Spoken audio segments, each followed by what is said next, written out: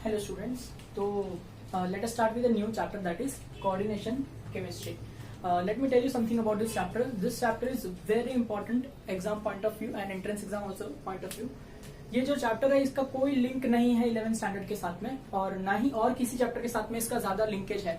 ठीक है, तो ये जो चैप्टर है इसके अंदर कुछ बहुत ही बेहतरीन कंसेप्ट आपको मिलेंगे जो आजकल ये एक्चुअली ये जो फील्ड है कोऑर्डिनेशन केमिस्ट्री का, ये फील्ड अभी अभी डेवलप हुआ है. ठीक है, तो इसलिए आपके सिलेबस में इसको ऐड किया गया है ताकि आपको इसका नॉलेज मिले. ठीक है, this is not very ancient, ये अभी अभी डिस्कवर हुआ है और इसके बारे में बहुत सारा नॉलेज अपने को जानना है.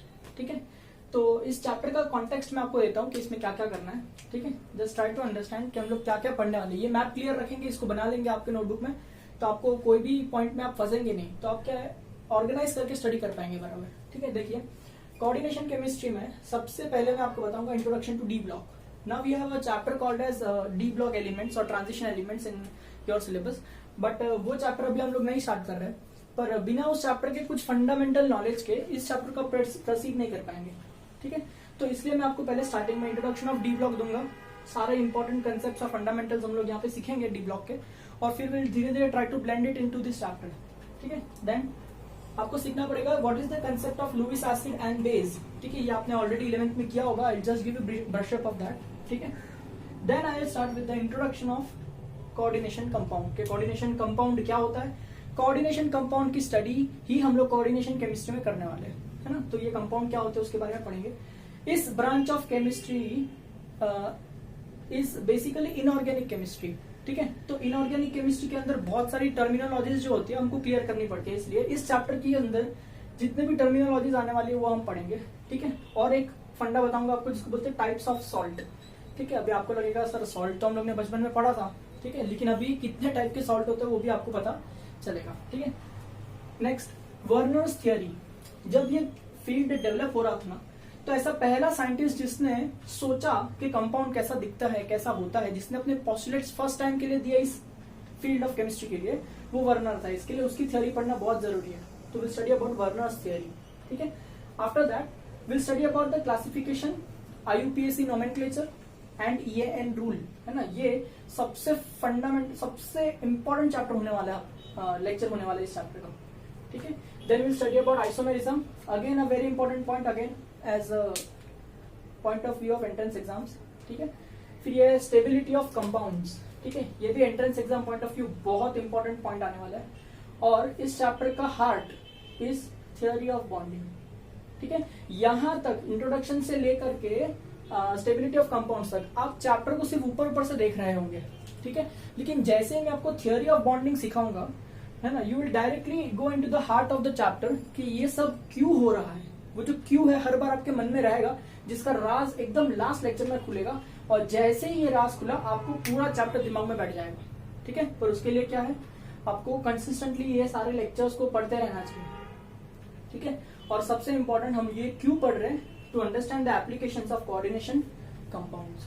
ठीक है, तो आई होप आपको ये चार्ट समझ में आया रहेगा. ठीक है, जो आपको ऑर्गेनाइज करके स्टडी करने में हेल्प करेगा, तो इसको आप अपने नोटबुक में बना लीजिए.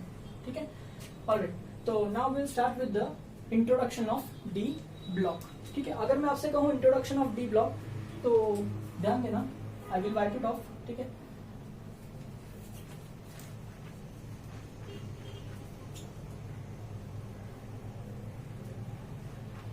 देखिए आप जानते हैं डी ब्लॉक जो होता है हम लोग ना पीरियोडिक टेबल अगर हम देखेंगे तो उसका कुछ इस तरह से शेप होता है कि नहीं. ठीक है, जस्ट जनरल शेप. उसमें यहाँ पर जो रीजन होता है ना, इसको डी ब्लॉक बोलते हैं. इधर S ब्लॉक होता है, इधर P ब्लॉक होता है, नीचे F ब्लॉक होता है. ठीक है, ये जनरल है, ऐसे ही बता रहा हूँ. तो हम लोग को किसके बारे में पढ़ना है, डी ब्लॉक के बारे में पढ़ना है. बिना डी ब्लॉक के आप इस चैप्टर को नहीं पढ़ पाते. तो डी ब्लॉक के बारे में पढ़ लो. सबसे पहले हम क्या बताते हैं, डी ब्लॉक है ना, all elements of D block are, ध्यान से सुनना, मेटल्स. हर एक एलिमेंट जो डी ब्लॉक के अंदर है मेटल, एक भी नॉन मेटल इसके अंदर नहीं है. ठीक है, all elements are metals. Clear. दूसरा point, these metals are called as transition metals. ठीक है, या फिर ऐसा भी कहा जाता है डी ब्लॉक एलिमेंट्स, है ना, are also called as transition elements. ठीक है, ऐसा क्यों कहा जाता है ट्रांजिशन एलिमेंट्स? ध्यान से सुनना। एस ब्लॉक जो होता है ना वो हाईली इलेक्ट्रोपॉजिटिव कैरेक्टर बताता है, ठीक है, और जो पी ब्लॉक होता है वो हाईली इलेक्ट्रोनेगेटिव कैरेक्टर बताता है, ठीक है। तो ये जो डी ब्लॉक है वो किसके बीच में है? एस और पी के बीच में है कि नहीं? इसलिए डी ब्लॉक में अगर आप लेफ्ट टू राइट जाएंगे, है ना, इस डायरेक्शन में अगर आप जाएंगे तो आपको हाईली इलेक्ट्रोपॉजिटिव कैरेक्टर से हाईली इलेक्ट्रोनेगेटिव कैरेक्टर की तरफ जाना होगा कि नहीं? जिसकी वजह से इनके अंदर जो मेटल्स होने वाले हैं उनकी जो प्रॉपर्टी है वो हाईली इलेक्ट्रोपॉजिटिव से लेकर के हाईली इलेक्ट्रोनेगेटिव एलिमेंट्स के बीच में कहीं पे होगी, ठीक है। इसलिए एस ब्लॉक से लेके पी ब्लॉक तक, यानी ऐसा बोल सकते हैं मेटल से लेके नॉन मेटल तक के अंदर जो ट्रांजिशन आने वाला है प्रॉपर्टीज के अंदर, वो ये एलिमेंट से पता चलता है, इसलिए हम इन्हें ट्रांजिशन एलिमेंट्स भी कहते हैं, ठीक है। D block elements are also called as transition elements, ठीक है। अभी जो डी ब्लॉक एलिमेंट्स है, ये इसका जो स्ट्रक्चर है डायग्राम में वो मैं अभी आपको बताऊंगा, ठीक है। Late us understand the definition of D block elements. D block elements का अगर मैं आपसे पूछूं कि डेफिनेशन क्या है, तो क्या होता है? Elements whose electronic configuration describes that the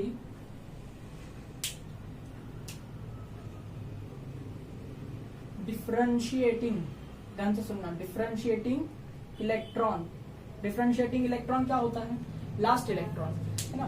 तो याद रखना डिफरेंशिएटिंग इलेक्ट्रॉन का मतलब होता है लास्ट इलेक्ट्रॉन, ठीक है। तो elements whose electronic configuration describes that the differentiating electron यानी लास्ट इलेक्ट्रॉन एंटर्स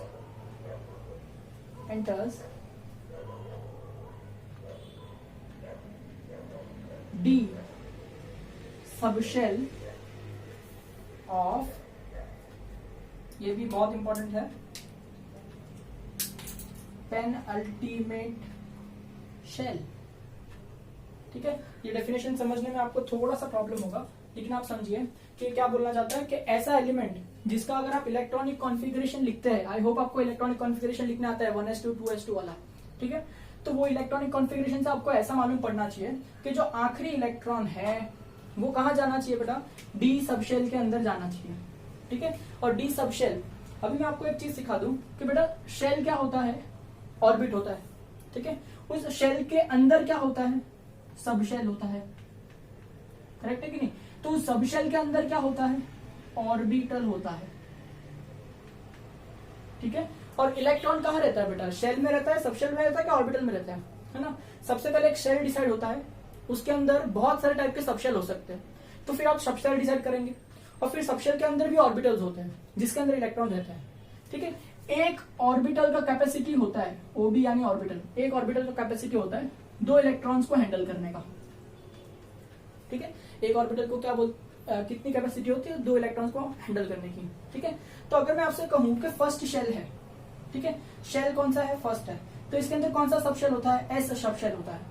और एस को हम लोग कैसे बताते हैं? ऐसे, सिर्फ एक डब्बा, ये ऑर्बिटल है जिसके अंदर 1 और 2 ऐसा आप इलेक्ट्रॉन भरते हैं कि नहीं, इसके लिए एक ऑर्बिटल का सिर्फ कितना कैपेसिटी होता है? 2 का। तो इस तरह से मैं बता देता हूँ कि ये एस है। अगर मैं कहूँ सेकेंड शेल है, तो सेकेंड शेल में बेटा 2 सबशेल होते हैं। कौन से 2 सबशेल होते हैं? एस भी होता है और पी भी होता है। तो उसको कैसे बताना चाहिए कि एक एस ऐसा है और पी जो ये है ना एस का ऑर्बिटल है। पी के कितने ऑर्बिटल होते हैं बेटा? पी के 3 ऑर्बिटल होते हैं, ठीक है। तो 1 2 3 4 5 6 टोटल 6 इलेक्ट्रॉन की कैपेसिटी होती है पी के पास में, ठीक है। सेम अगर मैं आपसे कहूं कि थर्ड शेल है, तो थर्ड शेल के अंदर कितने सबशेल होते हैं? थर्ड शेल के अंदर 3 सबशेल होता है। कौन से? एस भी होता है, पी भी होता है और डी भी होता है। तो उसको कैसे बताना चाहिए? एस का डब्बा इस तरह से होता है, यानी ऑर्बिटल इस तरह से होता है, फिर पी का ऑर्बिटल इस तरह से होता है जिसमें 3 ऑर्बिटल्स प्रेजेंट होते हैं, है ना। और डी सबशेल जो है उसके अंदर इस तरह से 1 2 3 और 4 5 ऑर्बिटल्स प्रेजेंट होते हैं। 5 ऑर्बिटल्स, एक ऑर्बिटल की कैपेसिटी 2, तो 5 की कितनी कैपेसिटी? 10, यानी डी के अंदर कितने इलेक्ट्रॉन समा सकते हैं बेटा? 10 इलेक्ट्रॉन समा सकते हैं। इस तरह से मैं फोर्थ शेल की अगर बात करूं तो फोर्थ शेल के अंदर क्या होगा? एस भी होगा, पी भी होगा, डी भी होगा और एफ भी होगा, ठीक है। तो एस के अंदर एक डब्बा होता है यानी एक ऑर्बिटल होता है, पी के अंदर 3 ऑर्बिटल होते हैं, डी के अंदर 5 ऑर्बिटल होते हैं और एफ के अंदर 7 ऑर्बिटल्स होते हैं। 1 2 3 4 5 6 1 2 3 4 5 6 7 7 ऑर्बिटल्स होते हैं इस तरह से, ठीक है। तो आई होप आपको ये फंडा समझ में आ पा रहा होगा, ठीक है। अभी डी सब शेल की अगर मैं बात करूं, ठीक है, इलेक्ट्रॉन कहां जाना चाहिए, डी में जाना चाहिए और पेनल्टीमेट शेल में जाना चाहिए। What do you mean by penultimate shell? अगर मैं कहूं एन का मतलब अल्टीमेट, अगर मैं कहूं एन का मतलब क्या है, अल्टीमेट, तो n-1 का मतलब होता है पेन अल्टीमेट, ठीक है। n-2 का मतलब होता है प्री पेन अल्टीमेट, ठीक है। तो सर अगर मैं n+1 कर दूं तो इसे कहते हैं पोस्ट अल्टीमेट, ठीक है। पर ये कभी हम लोग यूज नहीं करते जनरली, ठीक है, याद रखना। तो हम लोग ने क्या बोला, n का मतलब अल्टीमेट, अगर n से 1 कम कर दो तो पेनल्टीमेट, n से 2 कम कर दो तो प्री पेनल्टीमेट, ठीक है। आपका शेल कौन सा है बेटा, पेन अल्टीमेट शेल है, ठीक है। यानी अगर अल्टीमेट शेल समझ ले 4 है तो पेनल्टीमेट शेल क्या होगा, है ना, n का वैल्यू अगर 4 है और 4 क्या है बेटा, अल्टीमेट, तो प्री पेनल्टीमेट का वैल्यू क्या होगा, 4 - 1 3, तो ये अगर अल्टीमेट है तो ये पेनल्टीमेट है ना। यानी क्या, जो मैक्सिमम आउटरमोस्ट शेल है उससे 1 नंबर कम, पेनल्टीमेट का मतलब क्या होता है, जो मैक्सिमम आउटरमोस्ट शेल का नंबर है उससे 1 नंबर कम, ठीक है। यानी समझो अगर मैं कोई इलेक्ट्रॉनिक कॉन्फ़िगरेशन लिख रहा हूं, ठीक है, और मेरा इलेक्ट्रॉनिक कॉन्फ़िगरेशन कुछ इस तरह से आया, 1s2 2s2 2p6 2p6 3s2 3p6 4s2 3d10 3d9, ऐसा कुछ आया, समझ लेते हैं ऐसे। तो यहां पर देखो, इस पूरे कॉन्फ़िगरेशन के अंदर अगर मैं आपसे पूछूं कि अल्टीमेट शेल कौन है, तो आप क्या बोलेंगे?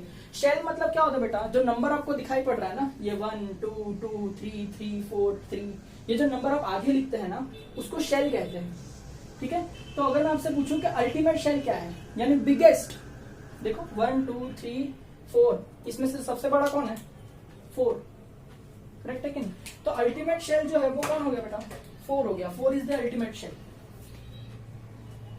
करेक्ट। अभी मैं आपसे पूछूं कि पेनल्टीमेट शेल कौन हो गया, अगर अल्टीमेट 4 है तो उससे कम पेनल्टीमेट क्या हो जाएगा, 3।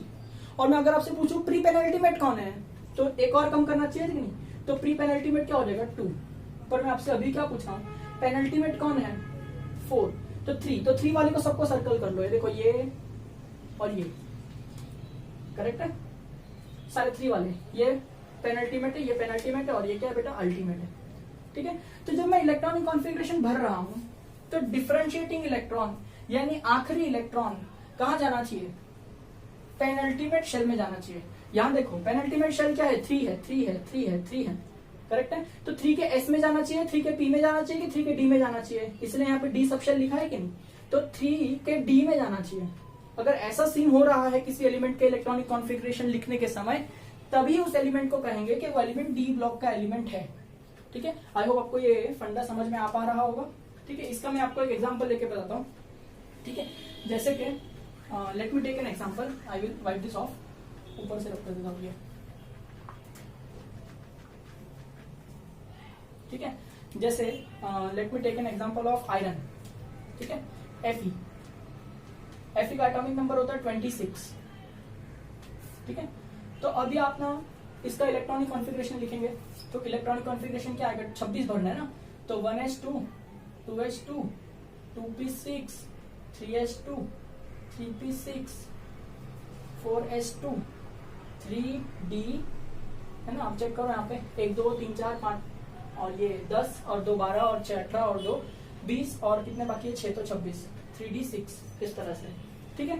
तो अभी आप चेक करो, जब आपने ये इलेक्ट्रॉनिक कॉन्फ़िगरेशन लिखा तो आखिरी इलेक्ट्रॉन कहाँ जा रहा है, डी में जा रहा है, हाँ कि ना, आखिरी इलेक्ट्रॉन कहाँ जा रहा है, डी में जा रहा है। और डी जो है वो क्या होना चाहिए, पेनल्टीमेट होना चाहिए। एक minute, who is the biggest shell, biggest shell को क्या कहते हैं बेटा, अल्टीमेट कहते हैं। तो इन सब नंबर में 4 सबसे बड़ा नंबर है कि नहीं, तो ये कौन सा शेल हो गया, अल्टीमेट।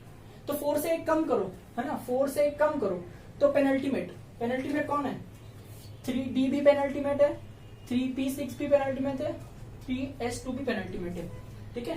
पेनल्टीमेट पेनल्टीमेट पेनल्टीमेट, पर पेनल्टीमेट में इलेक्ट्रॉन डी में जाना चाहिए कि नहीं, तो आपका इलेक्ट्रॉन यहीं तो जा रहा है, मतलब ये सारी क्राइटेरिया पूरी कर रहा है कि आखिरी इलेक्ट्रॉन डी में जा रहा है और वो भी पेनल्टीमेट के, तो ये जो एलिमेंट है वो कौन सा एलिमेंट होगा, डी ब्लॉक एलिमेंट होगा, ठीक है। तो इस तरह से कोई भी डी ब्लॉक एलिमेंट का डेफिनेशन आप डिस्क्राइब कर सकते हैं। The elements whose electronic configuration describes that the differentiating electron enters D sub shell of penultimate shell. तो आई होप आपको ये समझ में आ पा रहा होगा।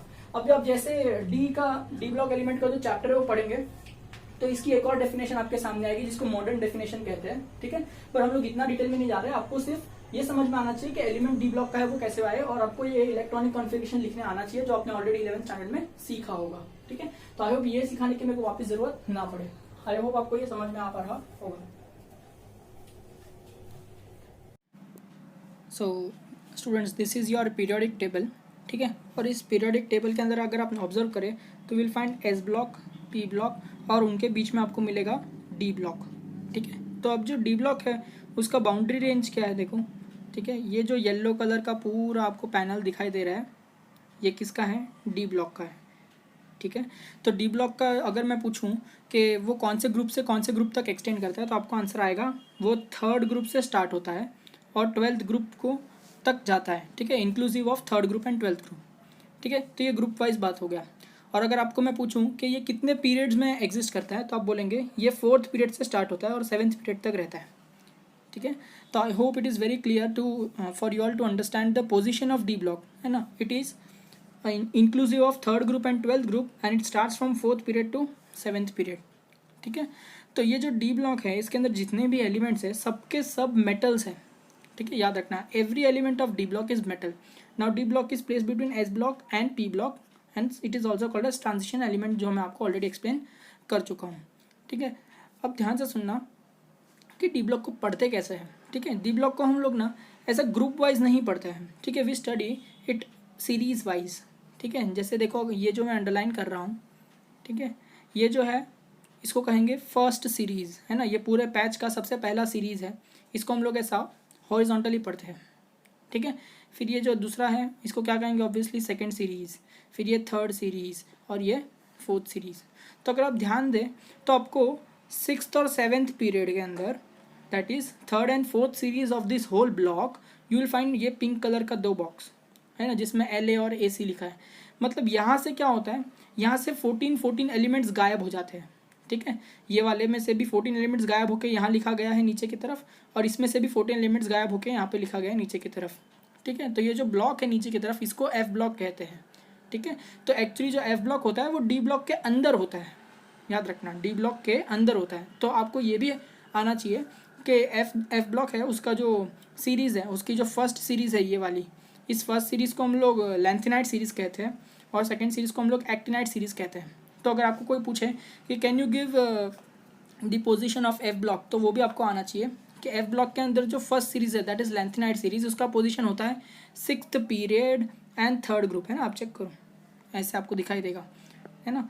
ये देखो फर्स्ट सीरीज़ यहाँ से शुरू होती है कि नहीं, तो that is in 6th period and 3rd group से शुरू होती है। 14 एलिमेंट्स जो होते हैं वो यहाँ पर है, करेक्ट है। सेम वे आपको अगर पूछे एक्टिनाइट सीरीज़ बताओ F ब्लॉक की सेकेंड सीरीज़, तो आप क्या बोलेंगे 7th पीरियड, ठीक है। इस तरह से देखिए 7th period and 3rd group again, है ना। उसके जो 14 एलिमेंट्स है वो यहाँ पे अवेलेबल है इस तरह से। तो यहाँ तक का आपको नॉलेज होना चाहिए कि डी ब्लॉक क्या होता है और वो पीरियोडिक टेबल में कहाँ होता है, ठीक है। तो अब मैं आपको बताऊँगा कि अपने को इसमें सीरीज़ वाइज कैसे पढ़ना है और कौन सी सीरीज़ है, और वो थोड़ी सी इन्फॉर्मेशन देता हूँ। ऑलराइट, तो देखिए इस तरह से हम लोग ने वो डी ब्लॉक के सारे एलिमेंट्स को यहाँ पे लिख दिया है, ठीक है। तो ये जो फर्स्ट सीरीज़ है, alright I will show you with the colour. हाँ, ये जो फर्स्ट सीरीज़ है इसको हम लोग कहते हैं फर्स्ट ट्रांजिशन सीरीज़। क्या कहेंगे इसको हम लोग, फर्स्ट ट्रांजिशन सीरीज़, और इसे कहेंगे 3D सीरीज़, करेक्ट। अब इसको 3D ऐसा नाम क्यों दिया गया है ना, 3D ऐसा नाम क्यों दिया गया है, वो इसके इलेक्ट्रॉनिक कॉन्फ़िगरेशन की वजह से उसका ऐसा नाम आता है, जो मैं आपको इसके बाद बताऊंगा, ठीक है। ये एक्सप्लेनेशन के बाद बताऊंगा। सेम वे ये जो सेकंड सीरीज़ है उसको 4D सीरीज़, क्योंकि ये भी ऑब्वियसली इलेक्ट्रॉनिक कॉन्फ़िगरेशन की वजह से ये नाम पड़ता है। 5D series and 6D series. अपने लिए which series is most important, 3D series is most important, ठीक है। Actually whole d block is important for understanding the coordination chemistry, because all these elements are capable of producing coordination compounds, जिनकी study हमको coordination chemistry chapter में करनी है, ठीक है। तो सर इसका मतलब यही है क्या कि सिर्फ डी ब्लॉक के एलिमेंट काम आते हैं कोऑर्डिनेशन कंपाउंड के अंदर? नहीं, बहुत सारे ऐसे एलिमेंट भी है जो डी ब्लॉक के नहीं हैं, फिर भी ये चैप्टर में काम आने वाले हैं। लेकिन डी ब्लॉक है उसके पास मैक्सिमम टेंडेंसी होती है कोऑर्डिनेशन कंपाउंड्स बनाने की, ठीक है, जिसका एक्सप्लेनेशन धीरे धीरे चैप्टर में आपको मिलते जाएगा, आपको समझते जाएगा। You will get all the connection between the chapters. But अभी के लिए आपको याद रखना है कि इतनी बड़ी सीरीज में से इस चैप्टर में सिर्फ 3D सीरीज सबसे ज़्यादा इंपॉर्टेंट है। तो आपको स्कैंडियम से लेकर के जिंक तक एग्जिस्ट होने वाली ये सीरीज है ना, 21, 22, atomic number 21 to atomic number 30, ये आपको लर्न करनी है, ठीक है। और ऑब्वियसली बाकी की सीरीज भी लर्न करनी है, पर ये आपको डी ब्लॉक चैप्टर जो भी प्रोफेसर सिखाएंगे वो आपको एक्सप्लेन करेंगे बेहतरीन तरीके से। ऑलराइट, तो अभी आपने देखा कि जो डी ब्लॉक के एलिमेंट्स है उसको किस तरह से पीरियोडिक टेबल में प्लेस किया गया है। और वो डी ब्लॉक को पढ़ने के लिए हम लोग ने टोटल 4 सीरीज देखी। फर्स्ट ट्रांजिशन सीरीज जिसको 3D सीरीज भी बोलते हैं, सेकंड ट्रांजिशन सीरीज जिसको 2D सीरीज भी 4D सीरीज भी बोलते हैं, थर्ड ट्रांजिशन सीरीज जिसको 5D सीरीज बोलते हैं, और फोर्थ ट्रांजिशन सीरीज जिसको 6D सीरीज बोलते हैं। तो ये सभी ट्रांजिशन सीरीज में से हमारे लिए क्या इंपॉर्टेंट है अभी के लिए, इस चैप्टर के लिए अपने लिए, फर्स्ट ट्रांजिशन सीरीज इंपॉर्टेंट है, ठीक है। फर्स्ट ट्रांजिशन सीरीज का दूसरा नाम होता है 3D सीरीज, ठीक है। अब ये 3D सीरीज ऐसा नाम क्यों रखा गया है इसका? फर्स्ट ट्रांजिशन सीरीज इसलिए क्योंकि ट्रांजिशन एलिमेंट के अंदर पहली सीरीज है, इसलिए फर्स्ट ट्रांजिशन सीरीज बोला गया, ठीक है। लेकिन उसका दूसरा नाम 3D सीरीज क्यों रखा गया है वो आपको मालूम पड़ेगा। तो पहले आपको फर्स्ट ट्रांजिशन सीरीज के सभी एलिमेंट याद होने चाहिए, ठीक है। तो याद रखना, first transition series atomic number 21 से लेकर एटॉमिक नंबर 30 तक होती है, ठीक है। तो याद रखना, मैं आपको बताता हूँ अभी सारे एलिमेंट्स, ठीक है। जैसे फर्स्ट एलिमेंट क्या था उसके अंदर, स्कैंडियम, एटॉमिक नंबर वाज 21, ठीक है। एटॉमिक नंबर 22 टाइटेनियम, ठीक है। Atomic number 23 is vanadium, atomic number 24 is chromium, atomic number 25 is manganese, ठीक है। Atomic number 26 is iron, atomic number 27 is cobalt, atomic number 29 is निकल, 28 is nickel, 29 is copper, and 30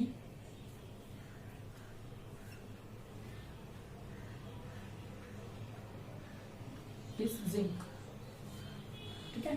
तो ये जो series है इसको लर्न करने का टेक्निक क्या है, मैं जनरली कोई भी निमोनिक चलता है आजकल, बहुत निमोनिक्स अवेलेबल है। I remember it this way, Sachin Tendulkar very crazy man for cricket, never cruise Zimbabwe, ठीक है। Just a silly shortcut to remember this, ठीक है। सचिन यानी स्कैंडियम, तेंदुलकर यानी टाइटेनियम, वेरी यानी वेनेडियम, क्रेजी यानी क्रोमियम, मैन यानी मैंगनीज, फॉर यानी Fe यानी आयरन, ठीक है। क्रिकेट यानी कोबाल्ट, ऐसा मैं याद रखता हूँ, है ना।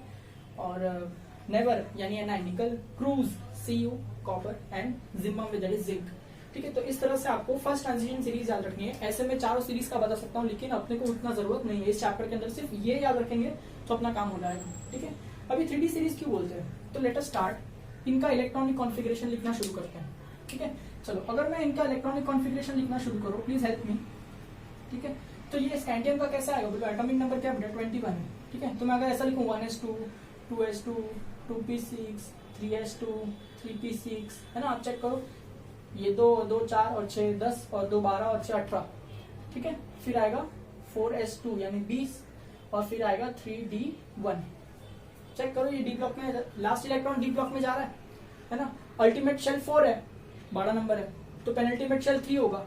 3 के डी सब शेल के अंदर आखिरी इलेक्ट्रॉन जा रहा है कि नहीं आपका इलेक्ट्रॉनिक कन्फेक्शन भरने के टाइम पे, इसलिए ये डी ब्लॉक एलिमेंट है, सही है। पर हर बार आप क्या इतना बड़ा ये लिखते बैठेंगे क्या, नहीं। तो आप चेक करो, यहां से लेकर यहां तक ना 18 इलेक्ट्रॉन्स होते हैं, और 18 इलेक्ट्रॉन्स जो होते हैं वो किस में होते हैं, आर्गन के अंदर होते हैं, ठीक है। तो ये स्टैंडर्ड कॉन्फ़िगरेशन है आर्गन का, और उसके बाद में ये 4s2 3d1 होता है, ठीक है। सेम का अगर आप टाइटेनियम का लिखेंगे तो आर्गन तक तो सब कुछ सेम ही रहेगा ना, 18 इलेक्ट्रॉन्स तो हो गए। उसके बाद में 4s2 3d, देखो 18, 19, 20, फिर ये नंबर 22 है, तो अभी 3d के अंदर कितने इलेक्ट्रॉन्स जाएंगे, 2 इलेक्ट्रॉन्स जाएंगे कि नहीं, है ना। आई होप आपको समझ में आ रहा होगा। तो अब मैं क्या करूंगा, सबका इलेक्ट्रॉनिक कॉन्फ़िगरेशन लिख देता हूँ, ठीक है। और स्टैंडर्ड इलेक्ट्रॉनिक कॉन्फ़िगरेशन हम क्या रखेंगे, ऑब्वियसली इसका आर्गन, है ना, 18 इलेक्ट्रॉन है कि नहीं। तो मेरे को इसको कैसे लिखना चाहिए, ठीक है, ऐसा लिखना चाहिए कि इसके लिए जो है वो आर्गन स्टैंडर्ड है, 18 इलेक्ट्रॉन हो गए, फिर ये 4s2 यानी 20 इलेक्ट्रॉन हो गए, और एटॉमिक नंबर 21 इसके लिए 3d1। सेम वे अगर मैं सबका लिखूं तो कैसे आएगा, देखो argon 4s2 3d2, same way argon 4s2 3d3, ठीक है। क्रोमियम के लिए क्या आएगा, आर्गन 4s2 3d4, है ना। मैंगनीज के लिए आर्गन 4s2 3d5, आयरन के लिए आर्गन रहेगा 4s2 3d6, ठीक है। इसके लिए क्या आएगा, आर्गन, ठीक है, इस तरह से 4s2 3d7, argon again 4s2 3d8, copper के लिए आर्गन 4s2 3d9, और जिंक के लिए क्या आएगा, आर्गन 4s2 3d10, ठीक है। इस तरह से हम लोग ने लिखा इलेक्ट्रॉनिक कॉन्फ़िगरेशन। अगर आप नोटिस कर रहे हैं ना तो आर्गन और 4s2 सब में कॉमन है, देखो, ठीक है। जैसे जैसे हम आगे बढ़ रहे हैं सिर्फ इलेक्ट्रॉन डी के अंदर एंटर हो रहा है, d1 d2 d3 d4 d5 d6 d7 d8 d9 d10, है ना। इस तरह से सिर्फ डी के अंदर एंटर कर रहे हैं, और डी भी कौन सा, 3d 3d 3d 3d 3d, यानी ये पूरी सीरीज के अंदर जो इलेक्ट्रॉन है सिर्फ 3d में एंटर हो रहा है, इसलिए इस सीरीज को मैं कहूंगा 3d सीरीज। और यही सीरीज जो होती है इसे कहते हैं फर्स्ट ट्रांजिशन सीरीज, ठीक है। जैसे आप इसकी नीचे वाली सीरीज सेकंड ट्रांजिशन सीरीज में जाएंगे तो उसमें मैं कहूंगा 4d सीरीज, क्योंकि आप उसका इलेक्ट्रॉनिक कॉन्फ़िगरेशन लिखेंगे तो हर बार आपको 4d 4d 4d के अंदर इलेक्ट्रॉन इंक्रीमेंट होता हुआ दिखाई देगा, ठीक है। तो आई होप आपको ये फर्स्ट ट्रांजिशन सीरीज अच्छे से याद रहेगी। बट एक एक्सेप्शनल फिनोमेना मैं आपको सिखाऊंगा। ये जो हम लोग ने इलेक्ट्रॉनिक कॉन्फ़िगरेशन लिखा ना, ये आपने अपनी मर्जी से कैलकुलेट करके लिखा, ये था एक्सपेक्टेड, क्या था ये, एक्सपेक्टेड। या आपने मन में ऐसा काउंट किया और आपने सोचा कि इस तरह से इसका इलेक्ट्रॉनिक कॉन्फ़िगरेशन आएगा। लेकिन जब रियल लाइफ में स्पेक्ट्रोस्कोपी मेथड्स के थ्रू हम लोग ने जब इसका ऑब्जर्वेशन किया कि जो हमने कैलकुलेट किया है क्या सच में इलेक्ट्रॉनिक कॉन्फ़िगरेशन वैसा ही है, इसके लिए हम लोग ने क्या किया, स्पेक्ट्रोस्कोपिक मेथड होती है, ठीक है, उसके थ्रू हम लोग ने ऑब्जर्वेशन किया। तो हमको मालूम पड़ा कि हाँ, स्कैंडियम का जैसे बताया था हम लोग ने थ्योरेटिकली वैसा ही प्रैक्टिकली ऑब्जर्व किया गया। सेम टाइटेनियम का भी वैसा ही ऑब्जर्व किया गया, वेनेडियम का भी वैसा ही ऑब्जर्व किया गया, लेकिन क्रोमियम में प्रॉब्लम आ गया, ठीक है। क्रोमियम जो है बहुत इंपॉर्टेंट है भाई, क्रोमियम में प्रॉब्लम आ गया। क्रोमियम ने हम लोग ने क्या एक्सपेक्ट किया था, क्या आर्गन 4s2 3d4 आएगा, लेकिन जब ऑब्जर्व हुआ तब क्या आया, आर्गन 4s1 3d5, ऐसा कॉन्फ़िगरेशन आया, ठीक है। अब ये एक्सेप्शनल क्यों आया, अगर आप चेक करो ध्यान से देखो तो क्या हो रहा है, यहां से एक इलेक्ट्रॉन निकल करके इसमें चले गया है, हाँ के ना, एक इलेक्ट्रॉन यहां से निकल करके इसमें चले गया है, ठीक है। ये प्रॉब्लम हमने ऑब्जर्व किया। अब हम ना दिमाग लगा रहे हैं कि भाई ये क्यों हुआ क्यों हुआ क्यों हुआ क्यों हुआ, इसका रीजन मिलने ही वाला है अपने को। पर जब तक दूसरे साइंटिस्ट इस पे काम करते हैं तब तक हम आगे का कॉन्फ़िगरेशन चेक करते हैं। मैंगनीज का चेक किया, जैसा थ्योरेटिकली था वैसा ही प्रैक्टिकली आया। आयरन का भी जैसा था वैसा ही आया। कोबाल्ट भी करेक्ट है, निकल भी करेक्ट है। प्रॉब्लम कॉपर में आया, ठीक है, कॉपर में प्रॉब्लम आया। कैसे आया, कॉपर का थ्योरेटिकल क्या था, ठीक है, आर्गन 4s2 3d9, पर जब मैंने ऑब्जर्व किया तो क्या आया, आर्गन 4s1 3d10 आया। इसमें भी सेम फंडा हो रहा है, एक इलेक्ट्रॉन s से निकल करके d में घुस गया, ठीक है। जिंक का चेक किया, जिंक का एज इट इज आया। तो प्रॉब्लम सिर्फ क्रोमियम में और कॉपर में आया। ऐसा क्यों हो रहा है कि s का एक इलेक्ट्रॉन निकल करके d में जा रहा है, इसके लिए अपने को पढ़ना पड़ेगा स्टेबिलिटी कंसेप्ट, ठीक है, स्टेबिलिटी कंसेप्ट ऑफ ऑर्बिटल्स, ठीक है, ध्यान देना, नंबर 1 पॉइंट, ठीक है। एम्प्टी, हाफ फिल्ड या full filled orbitals are most stable, है ना। हम लोग जो ऑर्बिटल की बात कर रहे हैं वो किसकी बात कर रहे हैं, डी 3D ऑर्बिटल की बात कर रहे हैं, ठीक है। तो इस पॉइंट को ना मैं 3D पे ही अप्लाई कर रहा हूं, कल सब पे अप्लाई कर सकते हैं, पर अभी के लिए इस चैप्टर के लिए मैं 3D पे अप्लाई कर रहा हूं। तो आप 3D के बारे में देखें, 3D जो है 3 भी जाने दीजिए, सिर्फ डी के बारे में देखिए। डी का जो ऑर्बिटल है वो किस तरह से दिखता है बेटा, इस तरह से दिखता है। उसके डी के सबशेल के अंदर 5 ऑर्बिटल्स होते हैं, ठीक है। और टोटल इलेक्ट्रॉन कैपेसिटी कितनी होती है इसकी, 10 इलेक्ट्रॉन्स की होती है, ठीक है। तो ध्यान रखना, अगर मैं कहता हूं कि डी एम्प्टी है, यानी डी के अंदर कितने इलेक्ट्रॉन्स है, 0, ठीक है। अगर मैं कहता हूं डी हाफ फिल्ड है, टोटल कैपेसिटी 10 की है, हाफ फिल्ड यानी क्या, डी के अंदर 5 इलेक्ट्रॉन होंगे, ठीक है। यानी किस तरह से बताएंगे, 1 2 3 4 5, हंट रूल के हिसाब से पहले सिर्फ क्लॉकवाइज बढ़ता है कि नहीं इलेक्ट्रॉन, ठीक है, इस तरह से 5। अगर मैं कहता हूं डी फुल फिल्ड है तो डी 10, यानी 5 हो गए, फिर ये 6, ये 7, ये 8, ये 9, ये 10, इस तरह से आप क्लॉक करके उसको बंद कर देते हैं, ठीक है। इस तरह से मैंने तीनों कॉन्फ़िगरेशन आपको बताया, D0, D5, D10, ठीक है। डी के अंदर कितने डब्बे होते हैं, 5, याद रखना, ठीक है। तो अगर D0 है हाईली स्टेबल होगा, D5 है हाईली स्टेबल होगा, D10 है हाईली स्टेबल होगा। ऐसा क्यों है, क्योंकि सिमेट्री है ना, सिमेट्री होती है, सिमेट्री की वजह से स्टेबिलाईजेशन आता है, याद रखना, सिमेट्री की वजह से क्या आता है बेटा, स्टेबिलाईजेशन आता है। इसलिए ऑर्बिटल्स हमेशा इस फॉर्म में मैक्सिमम स्टेबिलिटी पे आ जाते हैं। अगर इसके आगे पीछे कहीं पे हुआ तो वो स्टेबल होगा, लेकिन इसके जितना स्टेबल होगा क्या, कभी नहीं होगा, ठीक है। तो अगर आप चेक करें ध्यान से, ठीक है, इस फंडा को देखो, पहले क्या था बेटा, ये था 4s2 3d4, ठीक है। सेम वे अगर मैंने एक इलेक्ट्रॉन इधर से इधर कर दिया तो ये हो गया 4s1 3d5। अब चेक करो, ऐसा करने के बाद d5 हो गया कि नहीं, d5 हो गया, यानी हाफ फिल्ड हो गया, यानी उसके पास ज्यादा स्टेबिलिटी आ गई, करेक्ट है। अब s को चेक करो, s2 था वो फुल फील्ड था, स्टेबल था, अब s1 हो गया, वो हाफ फील्ड हो गया, है ना, हाफ फील्ड है तो वो ऑलरेडी स्टेबल ही है, s है ना, वो ऑलरेडी स्टेबल ही है। तो s2 से s1 में आएगा ना तो वो स्टेबल ही रहने वाला है, उसको कुछ फर्क नहीं पड़ने वाला है। लेकिन एक इलेक्ट्रॉन d में आने की वजह से d भी स्टेबल हो जाएगा। इस केस के अंदर बेटा s तो स्टेबल था ही, पर d इतना स्टेबल नहीं था। जब ये ट्रांसफर या शिफ्टिंग ऑफ इलेक्ट्रॉन हुआ तो s अभी भी स्टेबल ही है, बिकॉज वो हाफ फील्ड है, करेक्ट। और इस बार d भी स्टेबल हो गया क्योंकि वो भी हाफ फील्ड बन गया कि नहीं। तो इसकी वजह से क्या है, पूरे ऑर्बिटल के अंदर सिमेट्री आ गई, जिसकी वजह से स्टेबिलाईजेशन मिल रहा है, और जिसकी वजह से रियल लाइफ में क्रोमियम जो है वो अपने आप को इस तरह से एग्जिस्ट करवाना चाहता है इंस्टेड ऑफ दिस टाइप। इसलिए ये देखा जाता है रियल लाइफ में, ठीक है। तो आई होप आपको इसका रीजन समझ में आया रहेगा कि why chromium shows exceptional electronic configuration then theoretical one, ठीक है। सेम फंडा इज एप्लीकेबल फॉर कॉपर। आप चेक करो, इधर 4s2 है, क्या ये स्टेबल है, हाँ, क्योंकि ये फुल फील्ड है ना। फुल फील्ड क्यों है बाबा, s है, उसके अंदर 2 की कैपेसिटी है, 2 के 2 भरे हुए हैं तो फुल फील्ड है ना, तो वो तो स्टेबल ही है।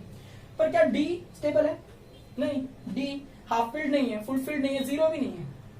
अगर मैं एक इलेक्ट्रॉन s का इसमें डाल दूं तो s1 हो जाएगा, s1 क्या वो हाफ फील्ड है, हाँ, तो वो तो स्टेबल है, उसको क्या फर्क पड़ता है। लेकिन एक इलेक्ट्रॉन अगर d में चले जाएगा तो d फुलफिल हो जाएगा कि नहीं, और d फुलफिल हो जाएगा तो स्टेबिलिटी बढ़ जाएगी। तो इसमें से इधर इलेक्ट्रॉन करने पे s को फर्क नहीं पड़ता, लेकिन d भी स्टेबल हो रहा है कि नहीं। इसलिए कॉपर हमेशा अपने आप को इस फॉर्म में एग्जिस्ट करवाना चाहेगा, that is the most stable form, ठीक है। तो आई होप आपको ये समझ में आ रहेगा। तो अगर आपको कोई पूछे कि what is the reason copper and chromium shows exceptional electronic configuration, तो बोलना एम्प्टी, हाफ फील्ड और फुल फील्ड ऑर्बिटल्स, ठीक है, डी के लिए, एस के लिए, पी के लिए, सबके लिए एप्लीकेबल है ये पॉइंट, ठीक है, आर मोस्ट स्टेबल, है ना। और अगर आपसे कोई पूछे कि सर ये empty, half field, full field होने से मोस्ट स्टेबल क्यों हो जाता है, तो बोलना सिमेट्री, ठीक है। ऑर्बिटल्स को नेचर में एग्जिस्ट करने के लिए सिमेट्री मिलती है, और सिमेट्री की वजह से स्टेबिलाईजेशन आता है, ये उसका आंसर है, ठीक है। तो आई होप आपको ये समझ में आ पा रहा होगा, और कॉपर और क्रोमियम का एक्सेप्शनल केस भी आपको समझ में आ रहा होगा। With this knowledge now we will धीरे धीरे प्रोसीड फॉरवर्ड, ठीक है। अब मैं आपको धीरे धीरे नॉलेज दूंगा कि कोऑर्डिनेशन कंपाउंड क्या होगा, पर तब तक आपको ये अच्छे से आना चाहिए, क्योंकि मैं अगर आपको कोई चैप्टर में किसी भी पॉइंट पे पूछूं कि कोबाल्ट का एटॉमिक नंबर बताओ, इलेक्ट्रॉनिक कॉन्फ़िगरेशन बताओ, तो धड़क से आपको आना चाहिए एक झटके में, ठीक है। तो जब तक ये लर्न नहीं करोगे आगे का चैप्टर नहीं समझेगा। तो please pause this video and learn it thoroughly, ठीक है। और हो सके तो खुद से लिखने की कोशिश करो, expected and observed electronic configuration, alright. So now let us understand what is Lewis acid and Lewis base, ठीक है। ध्यान से सुनना, अगर मैं आपसे कहूं कि लुईस एसिड क्या होता है, ठीक है, इसका डेफिनेशन क्या होता है, ये आपको ऑलरेडी पता होना चाहिए, नहीं पता है तो ध्यान दीजिए। लुईस एसिड क्या होता है, ठीक है, इट इज एटम, आयन और मॉलिक्यूल, ठीक है, एटम, आयन और molecule that accepts a pair of electron, या फिर ऐसा लिखना है accepts a pair of electrons, है ना। याद रखना एटम होगा या तो मॉलिक्यूल होगा तो आयन होगा। जो इलेक्ट्रॉन एक्सेप्ट करता है ऐसा नहीं कह रहा हूं मैं, जो इलेक्ट्रॉन पेयर में एक्सेप्ट करता है ये कह रहा हूं, यानी जोड़ी में एक्सेप्ट करेगा। 2 इलेक्ट्रॉन, 4 इलेक्ट्रॉन, 6 इलेक्ट्रॉन, 8 इलेक्ट्रॉन, ऐसे जोड़ी में एक्सेप्ट करता है, ऐसे एटम मॉलिक्यूल या आयन को कहते हैं लुईस एसिड। ठीक है। सेम वे अगर मैं आपसे कहूं कि बताओ कि लुईस बेस क्या होता है, ठीक है, तो एसिड और बेस एक दूसरे का ऑपोजिट होता है। अगर ये एक्सेप्टर है तो ये एक्सेप्ट करने वाला है, तो कोई डोनेट करने वाला भी तो होगा कि नहीं, तो उसका ऑपोजिट कौन होगा, लुईस बेस। ठीक है। तो ये क्या होता है, इट इज अगेन या तो एटम होगा, या तो आयन होगा, या तो मॉलिक्यूल होगा, that donates pair of electrons. ठीक है। तो मैं ऐसे याद रखता हूं कि एक्सेप्ट का स्पेलिंग ए से चालू होता है और एसिड का स्पेलिंग भी ए से चालू होता है। ठीक है। तो Lewis A for acid will A for accept pair of electrons, उसका अपोजिट बेस होता है ना। लुईस बेस जो है वो इलेक्ट्रॉन पेयर को क्या करता है, डोनेट करता है। ठीक है। तो इस तरह से हम लोग ने लुईस एसिड और लुईस बेस के बारे में पढ़ा, लेकिन इसके एग्जांपल्स देखते हैं। ठीक है। जो लुईस एसिड है वो पेयर ऑफ इलेक्ट्रॉन एक्सेप्ट क्यों करता है ना। Why Lewis acid accepts a pair of electron, ठीक है, टू कंप्लीट इट्स ऑक्टेट, है ना। अब चेक करो कैसे। जैसे मैं एक एग्जांपल लेता हूं, जैसे I will take example of AlCl3 aluminium trichloride. ठीक है। ये जो कंपाउंड है वो लुईस एसिड की प्रॉपर्टी बताता है। कैसे, AlCl3 का अगर मैं डायग्राम बना दूं तो एल्यूमिनियम है, उसके आउटरमोस्ट शेल में 3 इलेक्ट्रॉन होते हैं, 1, 2 और 3। क्लोरीन के आउटरमोस्ट शेल में 7 इलेक्ट्रॉन्स होता है। तो ये लोग कोवेलेंट बॉन्ड बना के दोनों के ऑक्टेट कंप्लीट करने की कोशिश करते हैं। तो ये क्लोरीन आया, एक और क्लोरीन आया और एक और क्लोरीन आया, करेक्ट है। ऐसा करने पे क्लोरीन के पास 7 इलेक्ट्रॉन थे कि नहीं, एक तो है, 2, 3, 4, 5, 6, 7। सेम बेस के पास 1, 2, 3, 4, 5, 6, 7। सेम बेस के पास 1, 2, 3, 4, 5, 6, 7 इलेक्ट्रॉन थे। तो जब ये एल्यूमिनियम से कंबाइन होता है तो 7 और 1 एल्यूमिनियम से आया वो 8, तो क्लोरीन अपना ऑक्टेट को कंप्लीट कर लेता है। ठीक है। जैसे तीनों के तीनों क्लोरीन जो है वो अपने ऑक्टेट को कंप्लीट कर लेंगे कि नहीं। देखो ये ऑक्टेट कंप्लीट हो गया, ये भी ऑक्टेट कंप्लीट हो गया, ये भी ऑक्टेट कंप्लीट हो गया। पर क्या एल्यूमिनियम का ऑक्टेट कंप्लीट हुआ क्या, एल्यूमिनियम के पास 3 इलेक्ट्रॉन डॉट वाले खुद के थे और 3 क्लोरीन से शेयर करने के बाद आए, करेक्ट। इस तरह से तो एल्यूमिनियम जो है उसके पास अभी कितने इलेक्ट्रॉन्स है, 6 इलेक्ट्रॉन्स प्रेजेंट है। क्या उसका ऑक्टेट कंप्लीट हो रहा है, क्या नहीं हो रहा है। तो इसका ऑक्टेट कंप्लीट करने में कितने इलेक्ट्रॉन्स की कमी है, 2 इलेक्ट्रॉन्स की कमी है। तो अगर यहाँ पे कोई ग्रुप होगा जिसके पास 2 इलेक्ट्रॉन्स पड़े होंगे, 2 इलेक्ट्रॉन्स यानी एक पेयर ऑफ इलेक्ट्रॉन हुआ कि नहीं, तो ये 2 इलेक्ट्रॉन्स यानी एक पेयर ऑफ इलेक्ट्रॉन्स को अपने अंदर एक्सेप्ट करेगा, है ना। और जब ये पेयर ऑफ इलेक्ट्रॉन्स को एक्सेप्ट करेगा तो इसका नेचर बन जाएगा लुईस एसिड, है ना। तो याद रहेगा आपको, ये लुईस एसिड की प्रॉपर्टी की बताता है, in order to complete its octet. तो मतलब ये जो कंपाउंड होते हैं, ठीक है, ये कैसे होते हैं, इलेक्ट्रॉन डेफिशिएंट। इलेक्ट्रॉन डेफिशिएंट यानी क्या, इनके पास इलेक्ट्रॉन्स की कमी होती है, तभी तो ये एक्सेप्ट करेंगे कि नहीं इलेक्ट्रॉन्स को। ठीक है। यानी all Lewis acids are electron deficient. और अगर आप थोड़ा दिमाग पे जोर दे तो मैंने आपको ये भी सिखाया था कि इलेक्ट्रॉन डेफिशिएंट चीजों को ऑर्गेनिक केमिस्ट्री की भाषा में इलेक्ट्रोफाइल ऐसा भी कहा गया है। इलेक्ट्रोफाइल यानी इलेक्ट्रॉन लविंग, इलेक्ट्रॉन से जो प्यार करता है, मतलब उसके पास इलेक्ट्रॉन्स की कमी होगी तभी तो उससे प्यार करता है कि नहीं, है ना। हमको कौन सी चीज चाहिए होती है जो हमारे पास नहीं होती है, इसके पास इलेक्ट्रॉन्स नहीं होंगे इसलिए तो इलेक्ट्रॉन्स चाहिए होंगे, इसलिए तो इलेक्ट्रॉन्स को एक्सेप्ट करेगा, इसलिए तो उसको लुईस एसिड कहते हैं। ठीक है। आई होप ये सब आपको दिमाग में बैठ रहा है और सारे कंसेप्ट आप रिवाइज कर पा रहे हैं। ठीक है। सेम अगर मैं लुईस बेस का बात करूं, ठीक है, तो ये जो होता है ये अपने इलेक्ट्रॉन पेयर को डोनेट करता है। तो फिर से क्वेश्चन पूछो कि क्यों डोनेट करता है, ठीक है, कोई आंसर आएगा, टू कंप्लीट इट्स ऑक्टेट। तो आप सोचोगे सर इसमें कैसे कंप्लीट करेगा ऑक्टेट। देखो इसका एग्जांपल मैं आपको बताता हूँ।